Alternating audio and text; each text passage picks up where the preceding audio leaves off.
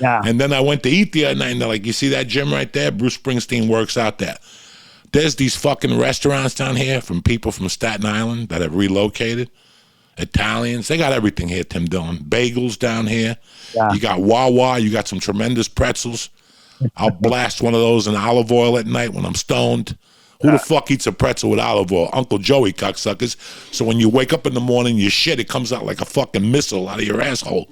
No pushing, no fucking gurgling, no nothing. It's 10 times. The East Coast is just 10 times better food than LA. My God, it is so fucking good. Yeah. It is so Gotta good. be careful, yeah. The Chinese is off. I got a Chinese place 80 yards from my door. Yeah. She's always busy. Her name is Lily. Yeah. She's fucking tremendous.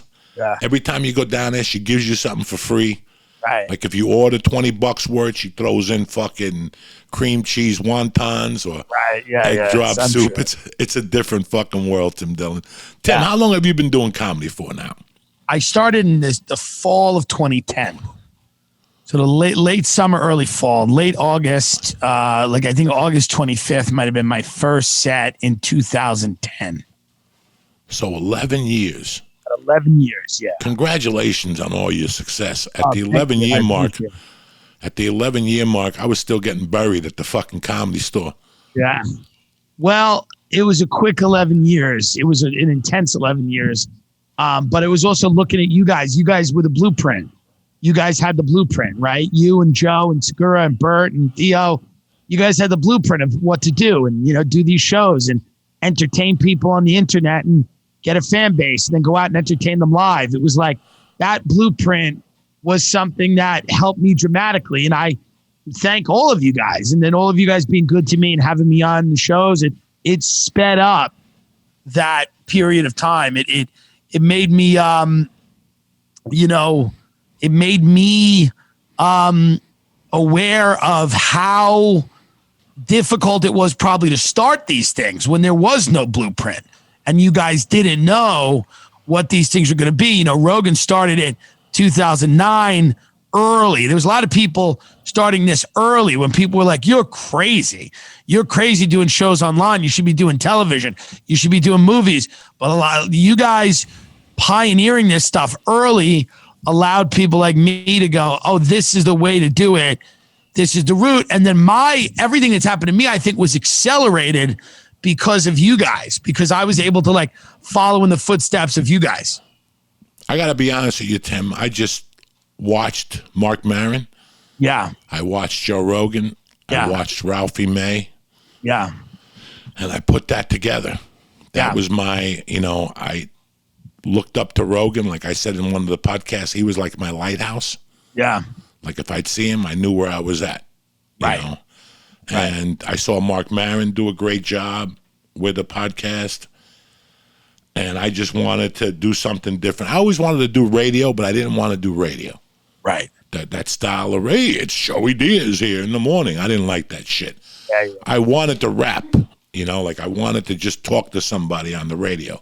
Yeah. Like I wanted to do a little bit better than talk radio. When I first saw Artie Lang on Howard Stern, that's what I wanted to do.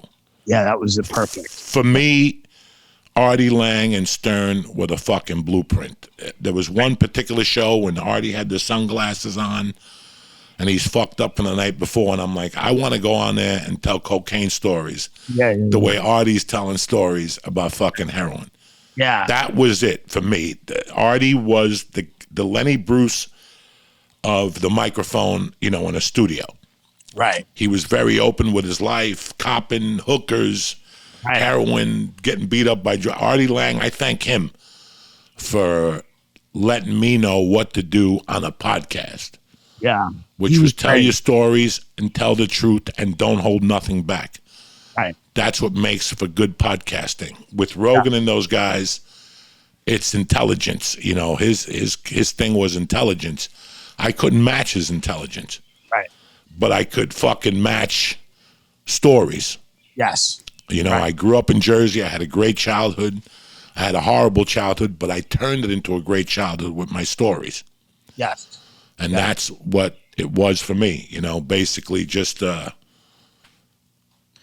Do you miss Los Angeles at all ever? Is there anything about it you miss? The insanity of it, the craziness of it. That's what I miss sometimes. I missed the comfort that I made for myself. Right. I took Studio City and I created it my little haven.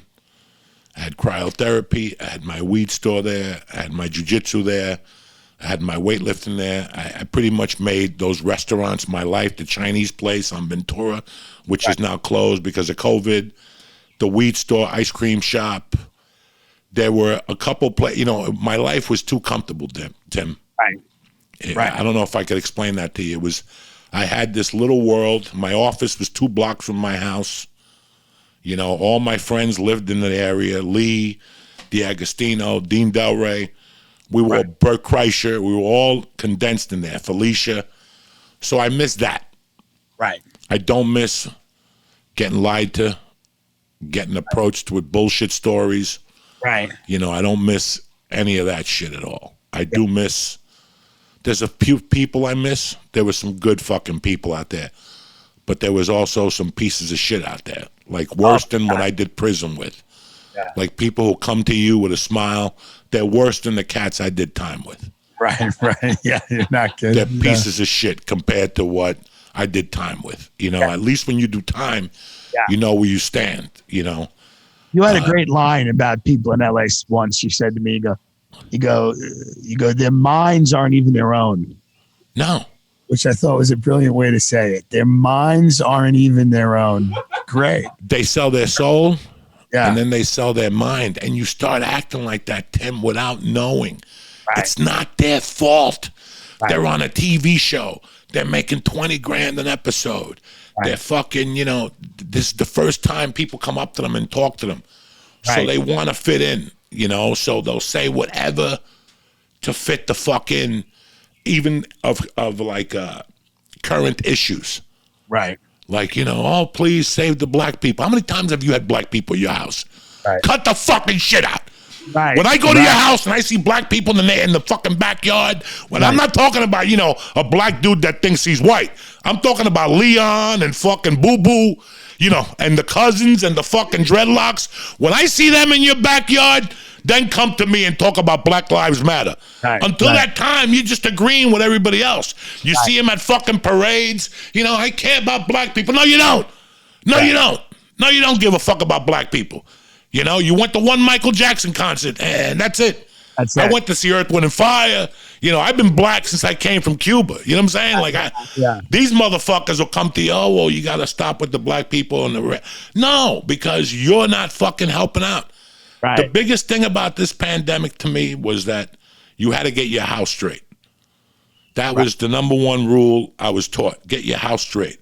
How you act outside is how you got to act inside. Yeah. But if you're going to come home, you know what people say when behind closed doors? That's what I want to hear from your fucking mouth. Right. I'll bug your house and listen to those Negroes in Studio City scared me. We went down to Orange County. We were surrounded by Philippines. We smelled pigeons. That type of shit. Right.